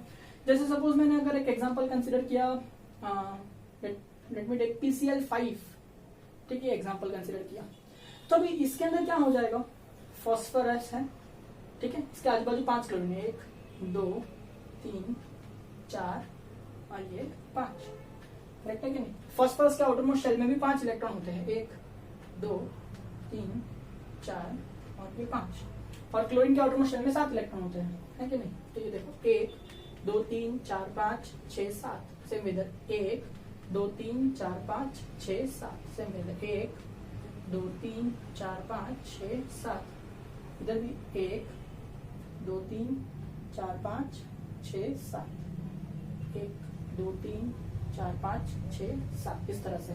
तो अगर आप चेक करें तो क्लोरीन 7 इलेक्ट्रॉन एक फॉस्फोरस से लेगा तो 8 उसका ऑक्टेट कंप्लीट कर रहा है कि नहीं? देखो यहाँ पे भी ऑक्टेट कंप्लीट हो रहा है, क्लोरीन का ऑक्टेट कंप्लीट हो रहा है, देखो देखो सेम वे इधर भी और इधर भी, करेक्ट है। अभी आप चेक करो क्या फॉस्फोरस का ऑक्टेट कंप्लीट हो रहा है? 5 इलेक्ट्रॉन उसके खुद के और 5 इलेक्ट्रॉन उसने क्लोरीन से पाया, ठीक है। तो टोटल कितने इलेक्ट्रॉन्स हो गए बेटा? 10 इलेक्ट्रॉन्स हो गए। ऑक्टेट यानी कितने इलेक्ट्रॉन? 8 इलेक्ट्रॉन होने चाहिए। तो क्या इसका ऑक्टेट कंप्लीट हो रहा है? ऑक्टेट कंप्लीट होके एक्सपांड हो गया ना, 10 इलेक्ट्रॉन हो गया बेटा। तो 10 इलेक्ट्रॉन में से ऑक्टेट वापस पाने के लिए इसको 2 इलेक्ट्रॉन यानी एक पेयर ऑफ इलेक्ट्रॉन, ऐसा कहूं कि नहीं, क्या करना पड़ेगा? अपने अंदर से बाहर फेंकना पड़ेगा, यानी डोनेट करना पड़ेगा कि नहीं? जब ये इलेक्ट्रॉन पेयर को अपने अंदर से डोनेट कर देगा उसी पॉइंट पे मैं कहूंगा कि ये कंपाउंड है वो क्या हो जाएगा बेटा? लुईस बेस हो जाएगा, ठीक है। तो ये जो कंपाउंड होते हैं लुईस बेस, वो अपने इलेक्ट्रॉन्स को डोनेट करते हैं। डोनेट क्यों करते हैं? क्योंकि उनके पास एक्स्ट्रा इलेक्ट्रॉन्स होते हैं। जिनके पास एक्स्ट्रा इलेक्ट्रॉन्स होते हैं वो क्या होते हैं? इलेक्ट्रॉन रिच होते हैं। और ऑर्गेनिक केमिस्ट्री के भाषा में इलेक्ट्रॉन रिच को हम न्यूक्लियोफाइल ऐसा भी कहते हैं, ठीक है। तो आई होप आपको ये समझ में आ पा रहा होगा। तो सर आप ये हमको क्यों सिखा रहे हैं लुईस एसिड और लुईस बेस ये सब? क्योंकि ये आगे आपको काम आने वाले हैं। अगर मैं कहूं एसिड और बेस, तो इन दोनों का अगर हम आपस में रिएक्शन करते हैं तो इसको हम न्यूट्रलाइजेशन रिएक्शन ऐसा कहते हैं कि नहीं? तो आज हम लोग सीखते हैं, कोशिश करते हैं कि लुईस एसिड और लुईस बेस का न्यूट्रलाइजेशन रिएक्शन लिखेंगे तो क्या होगा, ठीक है। So let us try the neutralisation reaction between Lewis acid and Lewis base. तो इसका एग्जांपल मैं यहाँ पे ये रब कर रहा हूँ। आई होप आपने याद किया रहेगा, नहीं किया रहेगा तो रिवाइंड करके देख लो, ठीक है। आई होप आप नोट्स बना रहे हैं, क्योंकि अगर आप नोट्स बनाते रहेंगे ना तो ही आपको लर्न करने में आसान होगी। नोट्स बनाना कंपलसरी है, ठीक है। चलो अभी न्यूट्रलाइजेशन रिएक्शन देखते हैं, ठीक है। उसका मैं एक एग्जांपल लेता हूँ, ठीक है। Let me take example number 1। जैसे मैं लेता हूँ अमोनिया मॉलिक्यूल, ठीक है। अमोनिया कैसा दिखता है? NH3। तो let me right N H, ये भी एक H है और ये भी एक H है, और इसके सर पे एक लोन पेयर ऑफ इलेक्ट्रॉन रहता है कि नहीं, है ना? अपने लेन में सब पढ़ा है अमोनिया के बारे में। इस अमोनिया को मैंने किससे रिएक्ट करवाया? H+ यानी प्रोटॉन, है ना? इसका नाम लिख देता हूं अमोनिया, इसका नाम क्या है? प्रोटॉन। इससे रिएक्ट करवाया, ठीक है। तो क्या होगा बेटा? देखो इसके पास हाइड्रोजन, हाइड्रोजन का एटॉमिक नंबर 1 होता है, यानी कितने इलेक्ट्रॉन होते हैं? एक। पहला शेल है तो उसका ड्यूप्लेट कंप्लीट होना चाहिए, पर एक इलेक्ट्रॉन तो ड्यूप्लेट कंप्लीट होता नहीं है। यहाँ पर H नहीं है बेटा, H पे प्लस चार्ज है। H पे प्लस चार्ज है मतलब एक इलेक्ट्रॉन जो था वो भी निकाल दिया गया। इसका मतलब यहाँ पर अभी कितने इलेक्ट्रॉन्स है? 0 इलेक्ट्रॉन्स है। तो फर्स्ट शेल होगा ना हाइड्रोजन के पास में, तो 0 इलेक्ट्रॉन्स है, उसका ड्यूप्लेट कंप्लीट होना चाहिए, यानी कितने इलेक्ट्रॉन्स की जरूरत है? 2। तो ये इलेक्ट्रॉन्स को एक्सेप्ट करेगा या डोनेट करेगा? डोनेट करने के लिए है ही नहीं इलेक्ट्रॉन, इसलिए ये क्या करेगा बेटा? एक्सेप्ट करेगा। अगर ये इलेक्ट्रॉन्स को एक्सेप्ट करेगा यानी इलेक्ट्रॉन पेयर को एक्सेप्ट करेगा तो इसे मैं क्या कहूँ? लुईस एसिड कहूँ कि नहीं? सेम वे इधर देखो, इसके पास एक्स्ट्रा इलेक्ट्रॉन्स है कि नहीं सर पे? करेक्ट, एक्स्ट्रा इलेक्ट्रॉन्स है, ये इलेक्ट्रॉन रिच है। इलेक्ट्रॉन रिच है, इसके लिए मैं क्या कहूंगा? इसको लुईस बेस कहूंगा। तो लुईस बेस क्या करता है बेटा? अपने पेयर ऑफ इलेक्ट्रॉन्स को हाइड्रोजन को दे देगा कि नहीं? तो इसके बाद क्या होगा कि कुछ इस तरह से दिखाई देगा, करेक्ट। ये तो अमोनिया था ही था, ठीक है। अब क्या हुआ, है ना? ये लोन पेयर बॉन्ड पेयर में कन्वर्ट हो गया। जो लोन पेयर ऑफ इलेक्ट्रॉन था वो इसके साथ में इस तरह से कुछ बॉन्ड पेयर में कन्वर्ट हो गया, और उस बॉन्ड को मैंने नॉर्मल डैश से नहीं बताया है, एक एरो से बताया है।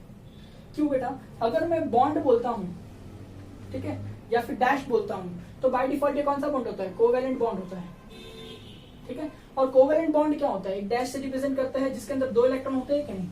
तो जो कोवेलेंट बॉन्ड होता है इसको बोलते हैं म्यूचुअली शेयर्ड बॉन्ड। यानी क्या? ए है वो अपना इलेक्ट्रॉन देगा, बी है वो अपना इलेक्ट्रॉन देगा, और दोनों का इलेक्ट्रॉन मिल करके एक बॉन्ड बनाएगा, तो इसको बोलते हैं म्यूचुअल शेयरिंग। तो म्यूचुअली शेयर करके जो बॉन्ड बनता है ना बेटा, उसको कहते हैं कोवेलेंट बॉन्ड। पर यहां पर देखो, ये रेड वाला बॉन्ड देखो, क्या इसमें 2 इलेक्ट्रॉन्स प्रेजेंट है? हाँ, 2 इलेक्ट्रॉन्स प्रेजेंट है। पर क्या 2 इलेक्ट्रॉन्स नाइट्रोजन के हैं या हाइड्रोजन के हैं? नाइट्रोजन के हैं। क्या हाइड्रोजन ने इस बॉन्ड फॉर्मेशन में कोई योगदान दिया क्या? नहीं दिया। इसका मतलब क्या? ये जो बॉन्ड है वो शेयर तो है, शेयर्ड तो है पर म्यूचुअली शेयर्ड नहीं है, ठीक है। शेयर्ड नॉन म्यूचुअली, याद रखना इक्वल टाइप की शेयरिंग नहीं हो रही है, दोनों मिलके बॉन्ड नहीं बना रहे, सिर्फ नाइट्रोजन अपने इलेक्ट्रॉन्स हाइड्रोजन को इंपोज कर रहा है तब जाकर के बॉन्ड बन रहा है कि नहीं। तो ऐसे टाइप का कोवेलेंट बॉन्ड जो शेयर होके बन रहा है लेकिन म्यूचुअली शेयर होके बन रहा नहीं है, ऐसे बॉन्ड को कहते हैं डेटिव बॉन्ड। क्या कहते हैं बेटा ऐसे बॉन्ड को?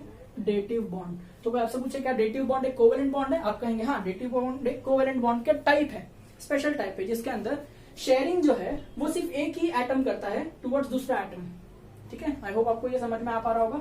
ऐसे बॉन्ड को हम लोग एरो से बताते हैं, जहां पे head of the arrow indicates the donate I mean the acceptor site and the tail of the arrow indicates the donor site, ठीक है। तो आई होप आपको ये समझ में आ रहा होगा। डेटिव बॉन्ड का दूसरा नाम होता है कोऑर्डिनेट बॉन्ड। क्या होता है? कोऑर्डिनेट बॉन्ड, या फिर बहुत लोग इसको कोऑर्डिनेट कोवैलेंट बॉन्ड ऐसा भी कहते हैं।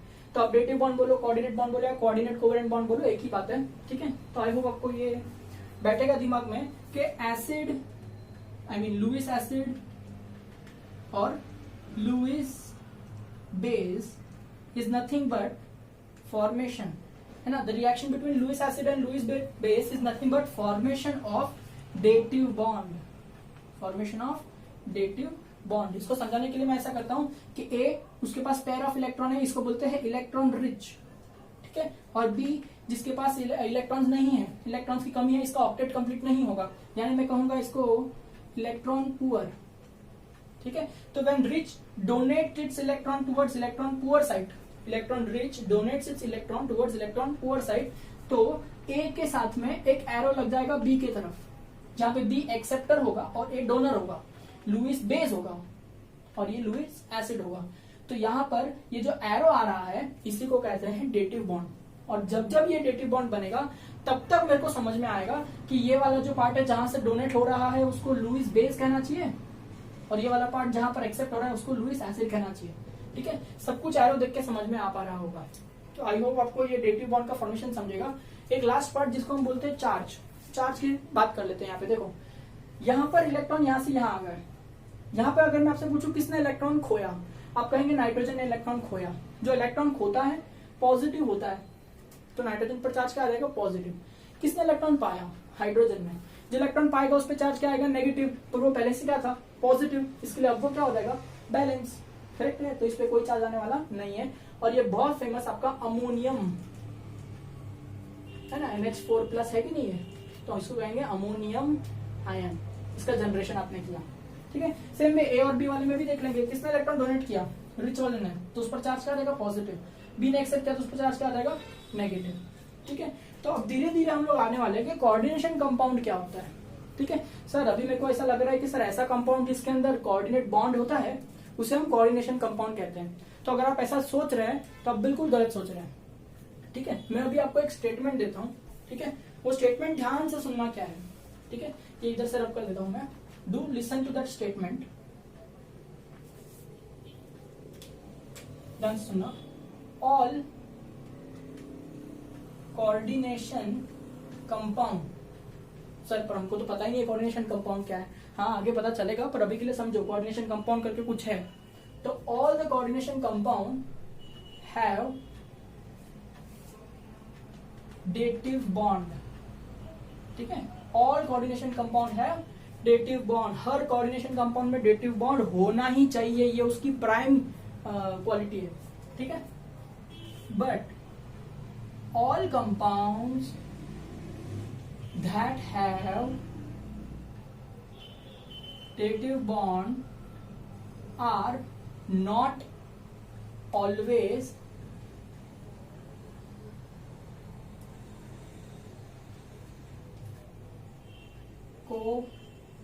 कोऑर्डिनेशन कंपाउंड, ठीक है। जब भी डेटिव बॉन्ड दिखेगा तब तब कोऑर्डिनेशन कंपाउंड होगा, ऐसा नहीं कह रहा हूं मैं। जब जब कोऑर्डिनेशन कंपाउंड होगा तब तब डेटिव बॉन्ड तो होगा ही। जैसे इसमें देखो, यहां पर डेटिव बॉन्ड है तो क्या ये कोऑर्डिनेशन कंपाउंड है? नहीं। डेटिव बॉन्ड होना मतलब कोऑर्डिनेशन कंपाउंड ऐसा होना जरूरी नहीं है। पर अगर कोऑर्डिनेशन कंपाउंड है तो डेटिव बॉन्ड जरूर होगा। तो सर ये क्या है? सर ये कोऑर्डिनेशन कंपाउंड नहीं है, फिर भी इसके अंदर डेटिव बॉन्ड है। तो ये स्टेटमेंट बहुत ध्यान से सुनना, थोड़ा कंफ्यूजिंग लग रहा है आपको, पर आप जैसे जैसे प्रोसीड करेंगे चैप्टर में आपको ये फंडा क्लियर होते चले जाएगा। ठीक है, मुझे आपको ये समझाना था कि डेटिव बॉन्ड कैसे बनता है, इसलिए लुईस एसिड लुईस बेस का फंडा आपको एकदम क्लियर होना चाहिए। ठीक है, ऑलराइट। लेट्स से X एक कंपाउंड है, ठीक है, X इज अ कंपाउंड, ठीक है, और Y भी एक कंपाउंड है, ठीक है। तो मैं आपको दोनों के बारे में थोड़ी थोड़ी इंफॉर्मेशन दूंगा और आप उससे मेरे को थोड़ा कंक्लूजन बताना, जो मैं क्वेश्चन पूछूंगा उसका आंसर बताना, ठीक है। अगर मैं बोलता हूं compound X is a coordination compound, ठीक है। मैं बोल रहा हूँ कंपाउंड X जो है वो कौन सा कंपाउंड है? कोऑर्डिनेशन कंपाउंड है। तो बोलो इसके अंदर डेटिव बॉन्ड प्रेजेंट होगा या एब्सेंट होगा? ऑब्वियसली डेटिव बॉन्ड प्रेजेंट होगा, dative bond must be there, ठीक है, डेटिव बॉन्ड होना ही चाहिए। अगर मैं आपको एक इंफॉर्मेशन Y कंपाउंड के बारे में देता हूं, मैं बोलता हूं Y compound contains dative bond, Y compound contains dative bond, ठीक है। तो can you tell me whether this compound is coordination compound और नॉट? नो, ठीक है, देयर इज नो सर्टेनिटी, ठीक है। आप ऐसा Y कंपाउंड के अंदर डेटिव बॉन्ड है ऐसा मैंने अगर आपको इन्फॉर्मेशन दिया तो आप श्योरली नहीं बोल सकते कि कंपाउंड कोऑर्डिनेशन कंपाउंड है या नॉर्मल कंपाउंड है, ठीक है। तो आई होप आपको ये समझ में आ रहा है। मेरे को लगता है वो पॉइंट में आप बहुत कंफ्यूजन करेंगे, इसलिए I am over explaining it, but make that thing very clear. अगर कोऑर्डिनेशन कंपाउंड है तो डेटिव बॉन्ड होगा ही, पर अगर डेटिव बॉन्ड है तो वो कंपाउंड जरूरी नहीं है कि कोऑर्डिनेशन कंपाउंड होगा, वो नॉर्मल कंपाउंड भी हो सकता है, ठीक है। Alright, now let us start with introduction to coordination chemistry.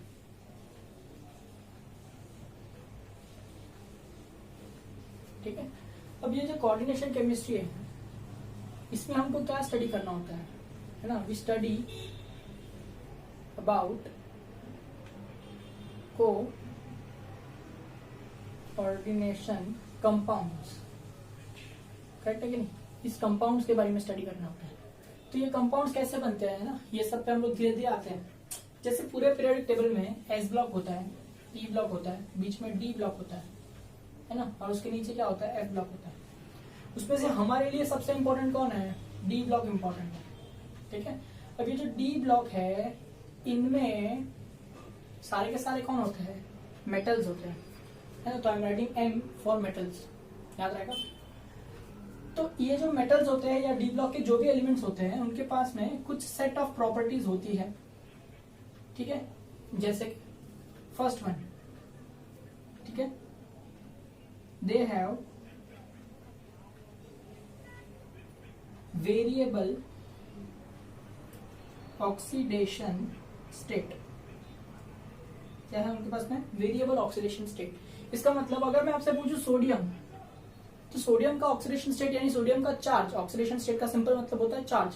Sodium पे चार्ज क्या होता है? तो आप बोलेंगे सर सोडियम पे तो हमेशा +1 चार्ज ही होता है। क्या कभी आपने सोडियम के ऊपर +2 चार्ज देखा? नहीं, नॉर्मल स्टेट में सोडियम के ऊपर हमेशा +1 चार्ज ही होता है। क्लोरीन के अंदर नॉर्मल स्टेट में हमेशा -1 चार्ज ही होता है। तो यानी ये जो एलिमेंट्स है ना, इनके चार्ज जो है यानी जो ऑक्सीडेशन स्टेट है ये फिक्स्ड है कि सोडियम कभी भी दिखेगा तो +1 में ही होगा अगर आयोनाइज्ड फॉर्म में होगा तो। सेम में पोटेशियम भी +1 में होगा, कैल्शियम +2 में ही होगा, है ना। इस तरह से ये जो चार्ज है वो फिक्स्ड होता है। लेकिन जो डी ब्लॉक के एलिमेंट्स होते हैं उनके चार्ज फिक्स नहीं होते, वो बहुत सारे अलग अलग टाइप के चार्ज बता सकते हैं। जैसे अगर मैं आपसे बात करूं मैंगनीज की, तो जो मैंगनीज की बात करूं जैसे Mn, ठीक है, ये डी ब्लॉक का एलिमेंट है। ये Mn+2 में भी एग्जिस्ट करता है, Mn+3 में भी एग्जिस्ट करता है, ऐसे करता है Mn+7 तक एग्जिस्ट करता है। इतने सारे टाइप के चार्ज वो अपने सर पे रख के कंपाउंड्स बना सकता है, ठीक है। यानी जो Mn है इसके पास में वे एक नहीं बल्कि मल्टीपल ऑक्सीडेशन स्टेट्स है।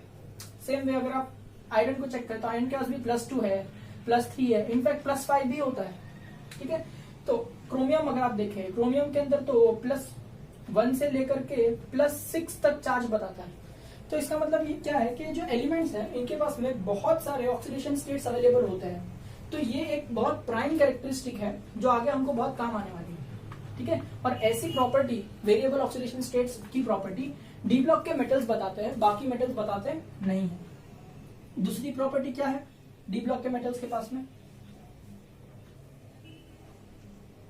दे have tendency to form coordination compounds, ठीक है। मैं ब्रैकेट में लिखता हूं हाई, HIGH हाई, ठीक है। जो मेटल्स है वो कोऑर्डिनेशन कंपाउंड बनाएंगे।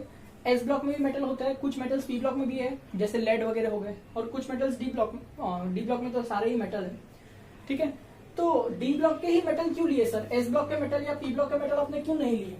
क्योंकि देखो ये जो कोऑर्डिनेशन कंपाउंड बनने वाला है, ठीक है, तो जो मेटल ये कोऑर्डिनेशन कंपाउंड बनाएगा उसके पास में फेवरेबिलिटी होनी चाहिए ये कंपाउंड को एग्जिस्ट करवाने की, ठीक है। और वो सबसे ज्यादा टेंडेंसी सिर्फ डी ब्लॉक के एलिमेंट्स में पाई गई है।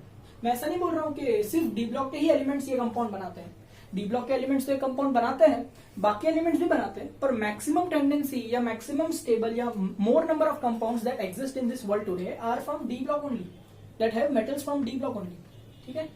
तीसरा point, they provide vacant D orbitals, ठीक है। ऑब्वियसली डी ब्लॉक का एलिमेंट है तो उसके अंदर डी ऑर्बिटल्स होंगे कि नहीं, पर जब जरूरत पड़ेगी तब ये अपने डी ऑर्बिटल्स को एम्प्टी करके आपको प्रोवाइड करेगा, आपको यानी कंपाउंड को ऑब्वियसली फॉर्मेशन करने के लिए, ठीक है। तो दे प्रोवाइड वेकेंट, याद रखना वेकेंट डी ऑर्बिटल्स, ठीक है। ये बहुत बड़ा कैरेक्टरिस्टिक है ये कंपाउंड फॉर्मेशन होने में, ठीक है। फोर्थ पॉइंट क्या है, दे हैव, ये सबसे बड़ा पॉइंट है, high charge to size ratio, very important point, ठीक है। The metals of D block have very high charge to size ratio. इसका मतलब क्या, charge to size, charge upon size, ये पूरा रेशियो हाई होने का मतलब क्या होता है? अगर ये पूरा रेशियो हाई है इसका मतलब चार्ज हाई होगा और साइज लो होगा कि नहीं, तब जाके ये पूरा रेशियो हाई होता है। तो ये जो मेटल्स है इनका साइज छोटा सा रहेगा और ये अपने सर पे बहुत ज्यादा चार्ज को हैंडल कर सकते हैं, इसीलिए ये जो प्रॉपर्टी है वो कोऑर्डिनेशन कंपाउंड बनाने में काम आती है, ठीक है। याद रखना ये जो मेटल्स है इनका साइज छोटा रहेगा, उसके बावजूद ये अपने सर पे बहुत हाई चार्ज रखते हैं, इसलिए हम ऐसा ये स्टेटमेंट को बोलने के लिए इंग्लिश में ऐसा बोलते हैं, they have high charge to size ratio, ठीक है। This property gives rise to formation of the compounds called as coordination compounds, ठीक है। ऑलराइट, तो सर हमको अभी भी ये प्रॉपर्टीज तो समझ में आ रही है कि डी ब्लॉक के अंदर सबसे ज्यादा होती है, इसलिए डी ब्लॉक के एलिमेंट्स जो है वो कोऑर्डिनेशन कंपाउंड बनाते हैं, पर हमको अभी भी आइडिया नहीं आया कि कोऑर्डिनेशन कंपाउंड दिखता कैसा है, ठीक है। तो ध्यान रखना कोऑर्डिनेशन कंपाउंड को कैसे पढ़ते हैं कि metal from D block is having all this properties, है ना, and it has a tendency that it gets surrounded by number of groups, ठीक है, जिनको हम लोग लिगैंड्स बोलते हैं। क्या बोलते हैं हम जिनको? लिगैंड्स। एल का मतलब क्या होता है? I am going to write here, L का मतलब होता है लिगैंड्स, LIGANDS, लिगैंड्स। लिगैंड्स क्या होता है? ये एटम होता है या तो फिर ग्रुप ऑफ एटम होता है, ठीक है। क्या सिर्फ एटम और ग्रुप ऑफ एटम बोलना चाहिए? नहीं, एटम या group of atom which has donor tendency, ठीक है। डोनर यानी क्या? पेयर ऑफ इलेक्ट्रॉन्स, ठीक है, याद रहेगा। ये जो लिगैंड्स है ये या तो एटम होगा या तो ग्रुप ऑफ एटम होगा, जो क्या करेगा? पेयर ऑफ इलेक्ट्रॉन्स को डोनेट करेगा, यानी इनको बोलेंगे डोनर एटम्स। क्या कहेंगे इनको? डोनर एटम्स या डोनर ग्रुप ऑफ एटम्स, ठीक है। ये है ना पूरे मेटल्स के आसपास सराउंडेड होते हैं, एक नहीं बहुत सारे होते हैं, है ना, सराउंडेड होते हैं। और ये क्या करते हैं? अपने पेयर ऑफ इलेक्ट्रॉन्स को मेटल को डोनेट करते हैं। अगर ये इसको इलेक्ट्रॉन्स डोनेट करेगा तो मेरे को इस तरह से शो करना चाहिए कि नहीं? क्यों? लिगैंड्स डोनर ग्रुप है, मेटल्स ने उसके इलेक्ट्रॉन्स को एक्सेप्ट किया, करेक्ट है। ध्यान से सुनो, जो इलेक्ट्रॉन पेयर को डोनेट करता है वो कौन होता है? लुईस बेज होता है ना। जो पेयर ऑफ इलेक्ट्रॉन को एक्सेप्ट करता है वो कौन होता है, लुईस एसिड होता है। ठीक है, तो जब बेस एसिड को डोनेट करता है, रिएक्शन होने के बाद में एक बॉन्ड बनता है जिसके अंदर इलेक्ट्रॉन्स बेस से एसिड की तरफ जाते हैं, है ना, तब जाके ये जो बॉन्ड फॉर्म होता है इसे हम कहते हैं डेटिव बॉन्ड।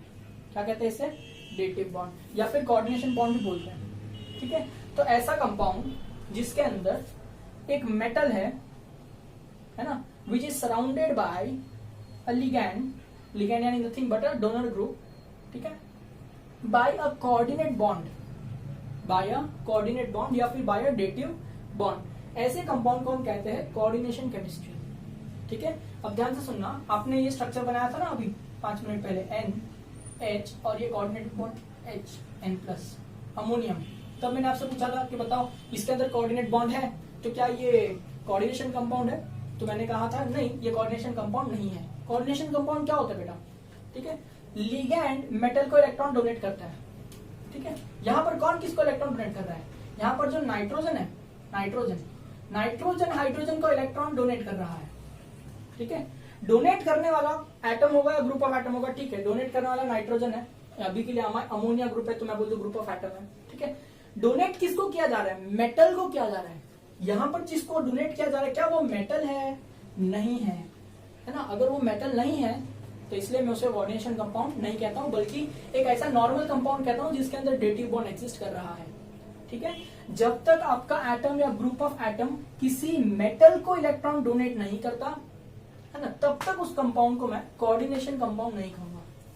ठीक है, तो अगर आपसे मैं कहूं कि चलो अब बताओ मुझको कोऑर्डिनेशन कंपाउंड का डेफिनेशन क्या होता है, ठीक है, तो क्या कहना चाहिए, कंपाउंड इन विच, ध्यान से सुनना, ये टर्म ध्यान से सुनना, सेंट्रल मेटल, सेंट्रल मेटल इसकी बात कर रहा हूं क्योंकि ये सराउंडेड होगा ना बहुत सारे ग्रुप से, इसलिए सेंटर में आ जाएगा, इसलिए ऐसे कहा जाए compounds in which central metal. अब ये मेटल है वो एटॉमिक फॉर्म में भी हो सकता है, आयोनिक फॉर्म में भी हो सकता है, इसलिए मैं कहूंगा सेंट्रल मेटल एटम और आयन। करेक्ट, बोलो, surrounded by, is surrounded bye, है ना, किससे सराउंडेड है, लिगैंड से सराउंडेड है।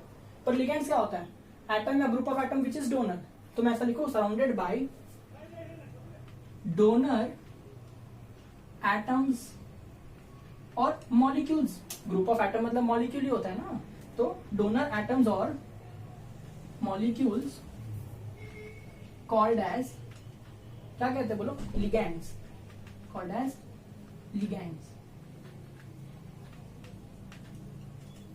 ठीक है, और क्या लिखना चाहिए, बाय, बाय बोलो कौन सा बॉन्ड है, ये कौन सा बॉन्ड है, एरो वाला बॉन्ड है ना, by dative bond, by dative bond. ठीक है, तो आपको ये डेफिनेशन अच्छे से समझ में आ जाएगी।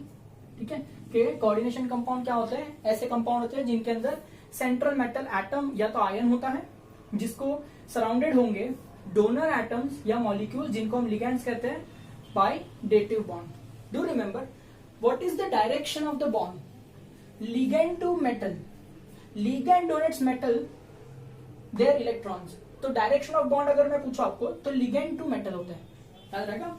ठीक, मैं ऐसा नहीं कहूंगा मेटल लिगैंड डेटिव बॉन्ड, मैं कहूंगा ligand to metal dative bond. Clear, this is the language of speaking in the terms of coordination compounds. तो आई होप आपको ये पूरा फंडा अच्छे से समझ में आया रहेगा। क्लियर, आगे जाके हम लोग कोऑर्डिनेशन केमिस्ट्री में यूज होने वाली सारी टर्मिनोलॉजीज को पढ़ेंगे। मीनवाइल मैं आपको एग्जांपल दे सकता हूँ कि कंपाउंड्स किस तरह से दिखेंगे, like how do I identify the compound by looking at it and be able to say whether the compound is coordination compound और नॉट। ठीक है, तो इसके लिए मैं ये जो पॉइंट्स है इसको रब करूंगा, आई होप आपने नोट कर लिए रहेंगे अपने नोटबुक में। ठीक है, I am going to write this points. देखो,